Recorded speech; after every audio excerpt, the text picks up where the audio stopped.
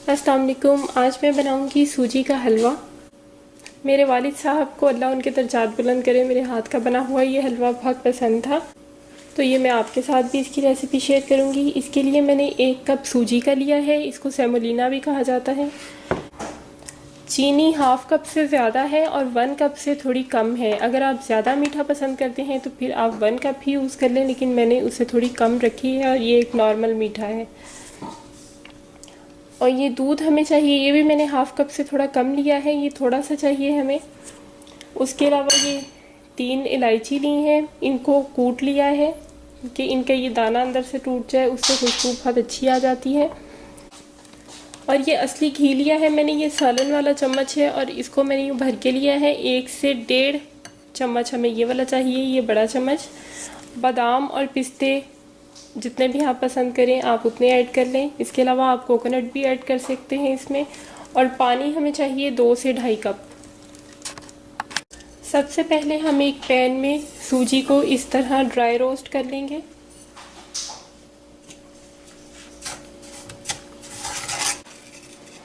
इसको medium flame पर इस तरह से इसको सूखा ही भूनें।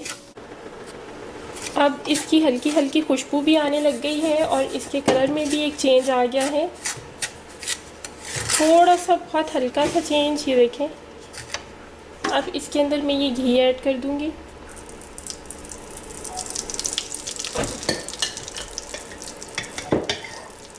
एक से 1.5 ये बड़े चम्मच घी के।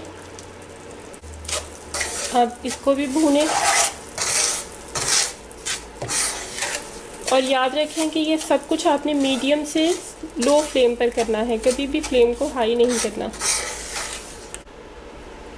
अब मैं इसको भी भूनती रहूँगी और ये पीछे का चूल्हा मैंने ऑन कर दिया है। इसके अंदर ये 2 से 2.5 कप पानी डाल दें और इसके अंदर ये चीनी भी ऐड कर दें। इसके साथ ही इसमें ये हरी इलायची भी ऐड कर दें। इधर सूजी को भूनते रहें, इसमें चम्मच चलाते रहें और हमेशा इसके पास ही खड़े रहें क्योंकि ये एकदम से जल जाती है। अब ये देखें सूजी ने कलर चेंज करना शुरू कर दिया है और इसकी बहुत अच्छी खुशबू भी आ रही है। और ये पीछे पानी भी उबलना शुरू हो गया है, चीनी उसके अंदर डिज़ोल्व हो गई है।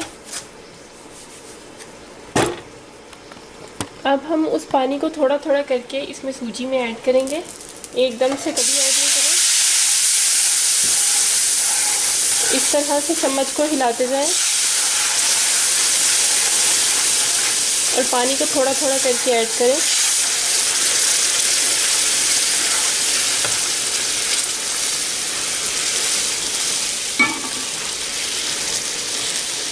अगर आप इलायची निकालना चाहें तो फिर उसको छान कर पानी को निकाल लें। और ये पिस्ता बादाम भी ऐड कर दें इसमें, थोड़े से मैंने गार्निश के लिए रख लिए हैं।